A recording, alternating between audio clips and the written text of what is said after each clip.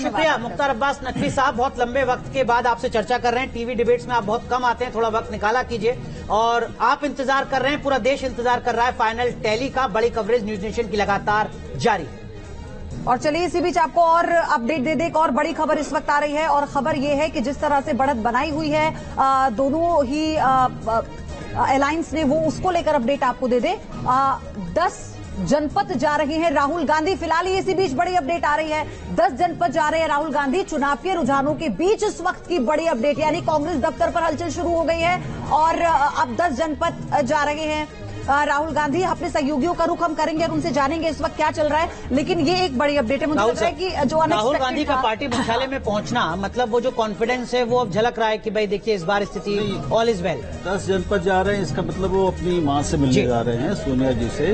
उनका कार्यालय जो वो 24 जनपद है। तो इसलिए हमें इस पे होनी चाहिए। मैं समझता हूँ कि अब इस तरह के बहुत अच्छे उनके हिसाब से परिणाम आए हैं, तो जाहिर है कि दोनों को बैठेंगे और वहां पर अभी शायद हो सकता है कि कुछ और पार्टी के बड़े नेता भी आ जाएं और चर्चाएं अब शुरू हो जाएंगी। अब उनमें कंसल्टेशन शुरू होंगे। सर क्या टॉकिंग पॉइंट्स हो सकते हैं? मनोज सर, पिछली बार 50 के आसपास थे, इस बार कांग्रेस 100 सीटों के आसपास है, दुगनी हो गई है। टॉकिंग पॉइंट्स क्या होंगे? मतलब किन मुद्दों पर मंथन करेंगे? देखिए, बहुमत से तो दूर है अभी। नहीं, बहुमत से दूर है, लेकिन कांग्रेस की परफॉर्मेंस, अगर उनके पिछले साल की परफॉर्मेंस देखें, उसके मुकाबले काफी अच्छी है। जो भी स्ट्रेटेजी कांग्रेस और इंडिया अलायंस की थी, जिसको भी कांग्रेस ने लीड किया, राहुल गांधी ने लीड किया, मेरे ख्याल से वो सारी की सारी चीजें बहुत ही ज्यादा वो है, सक्सेसफुल हैं। और हम देखें अनुराग की एनडीए का, अगर हम टैली देखें तो एनडीए के भी टोटल नंबर थोड़े कम हुए हैं और वही बीजेपी के भी नंबर कम हुए हैं। और ये नंबर अगर आप देखें तो 240 प्लस माइनस हैं अभी बीजेपी के। तो मेरे ख्याल से बीजेपी की जो परफॉर्मेंस, बीजेपी को जो अपेक्षा थी उसके मुकाबले ये काफी ज्यादा खराब है। और मार्केट में और जो पॉलिटिकल जो ऑब्जर्वर्स थे जो कि बीजेपी को कम सीट दे रहे थे, लेकिन इतनी कम सीटें तो मेरे को लगता नहीं कि किसी ने भी दी होंगी। किसी ने कल्पना नहीं की। हाँ, किसी ने कल्पना नहीं करी होगी। बीजेपी के अंदर भी किसी ने सोचा नहीं होगा कि इतनी कम सीट आएंगी। और भले ही एनडीए की सीट 290 है अभी, लेकिन ऐसा था कि मोदी जी ने जो पैरामीटर सेट कर दिए थे, वो पैरामीटर्स को देखते हुए बीजेपी की फाइट सिर्फ बीजेपी के साथ थी। हम ये नहीं कह सकते कि भाई बीजेपी के 238 है, कांग्रेस के 98 है, तो बीजेपी की परफॉर्मेंस काफी ज्यादा अच्छी है। तो लोगों के का जो माइंडसेट है, लोगों का जो सोचना है, उसमें बीजेपी ने एक पैरामीटर सेट करे हुए हैं कि भाई ठीक है 273 तो बीजेपी के अपने दम पर आएंगे। उससे आगे की बात कर रहे हैं। हाँ, उससे आगे की बात करें। और अभी क्योंकि इलेक्शन में काउंटिंग काफी हो चुकी है और अभी भी 35 सीटें उस नंबर से कम है, तो मेरे को लगता है कि ये कोई परफॉर्मेंस बीजेपी के अपने हिसाब से भी कोई अच्छी परफॉर्मेंस नहीं। लेकिन सर, इंडिया गठबंधन के लोग तो ये भी इस बात पर भी तो मंथन कर रहे होंगे ना कि भाई अगर हम वक्त रहते अपने गठबंधन के जो सारी बातें हैं उनको सुलझा लेते, ममता बनर्जी को मना लेते, नीतीश कुमार को ना जाने देते, तो शायद ये जो टैली है ये और ज्यादा बड़ी होती।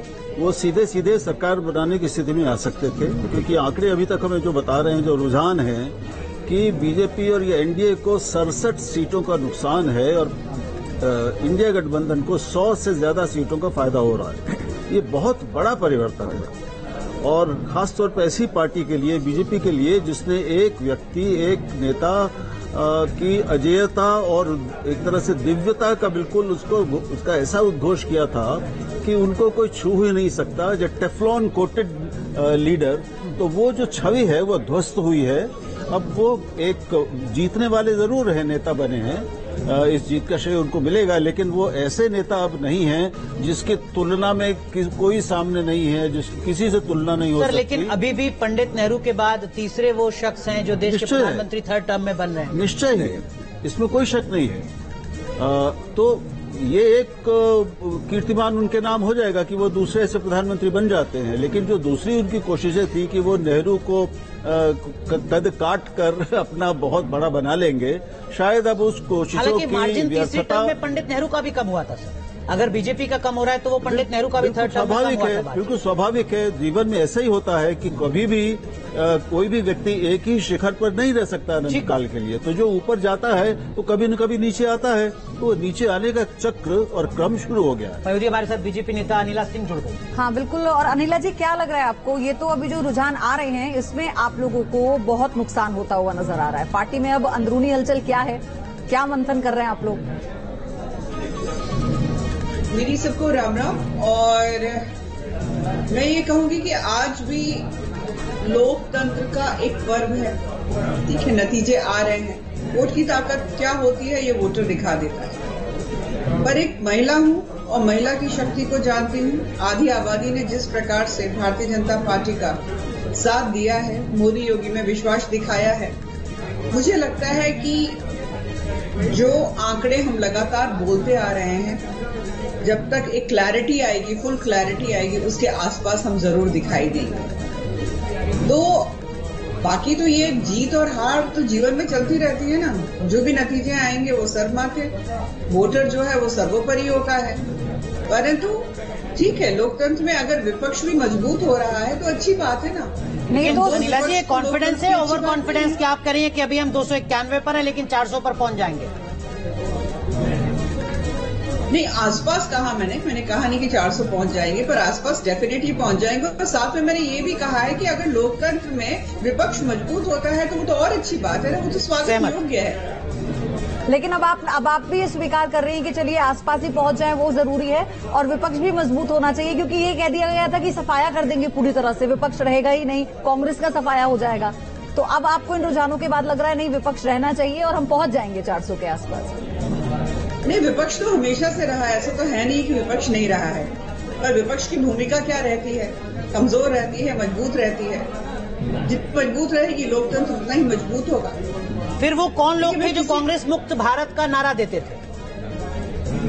कांग्रेस की सोच कम हो, जो कांग्रेस की सोच रही है, आज भी हम उसी चीज पर कायम है। हमारा राष्ट्र जो है शायद टॉप इकोनॉमीज में होता आज, अगर ये कांग्रेस की रॉन्ग पॉलिसीज ना होती। अब सही ट्रैक पे है और मुझे पूर्ण विश्वास है तीसरी बार भी नरेंद्र मोदी जी प्रधानमंत्री के रूप में शपथ लेंगे और मजबूत करेंगे भारतवर्ष को। वीरेंद्र वशिष्ठ जुड़े हुए हैं कांग्रेस से हमारे साथ, कांग्रेस के प्रवक्ता है। वीरेंद्र जी, अब बीजेपी ये कह रही है कि विपक्ष मजबूत हो रहा है, अच्छी बात है, यानी मजा आएगा, तो मतलब आप लोगों के लिए भी अच्छी बात है ये तो?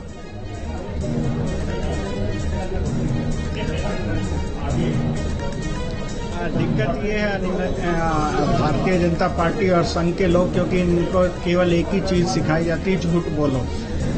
जो हमारे कत्ल की साजिश और कत्ल करना चाहते थे, आप बच गए तो हमसे दोस्ती की बात कर रहे हैं। तो ऐसा तो है ही नहीं कि कभी भी भाजपा ने ये चाहा हो कि देश में विपक्ष रहे। ये 10 साल का शासन इनका विपक्ष के नेता के बगैर रहा, तो ये लोग तो चाहते ही नहीं कि लोकतांत्रिक व्यवस्था चले। मैं भारत की जनता का धन्यवाद करना चाहता हूँ और मैं हमेशा कहता था कि भारत में किसी भी व्यक्ति को अहम और वहम होता है तो भारत की जनता वो निकाल देती है, किसी को भी। तो जहाँ तक मैंने पहले भी कहा कि इस बार जो ये जनता, भारत की जनता और मोदी के बीच में लड़ाई थी और भारत की जनता लड़ी और भारत की जनता ने बताया कि आप कितना ईडी, सीबीआई, आईटी सब व्यवस्थाओं का दुरुपयोग कर लो, पर भारत की जनता निर्भीक है। वीरेंद्र जी, आ रही हूँ मैं आपके पास, अपडेट दर्शकों को दे दे। तिरुवनंतपुरम से राजीव निकले भाजपा के खिलाफ, चंद्रशेखर आगे चल रहे हैं सर, जिसकी मनोज सर जिसकी हम बात कर रहे थे, 2 सीटों की बात कर रहे थे केरल में, अभी ये केरल से रुझान आ रहा है। बीजेपी का पिछली बार 13% वोट शेयर था केरल में, इस बार त्रिशूर और तिरुवनंतपुरम में अगर बीजेपी आगे चल रही है तो बड़ी उपलब्धि। पहली बार केंद्रीय मंत्री देखिए ये पहली बारी होगा कि केरल से बीजेपी को कोई सीट मिलेगी। और इस बारी आपने देखा होगा कि केरल में बीजेपी ने काफी मेहनत करी और बीजेपी को उम्मीद थी कि वहाँ जो हिंदू वोट के साथ साथ जो क्रिश्चियन वोट है, क्रिश्चियन वोट को भी उन्होंने अट्रैक्ट करने की कोशिश करी।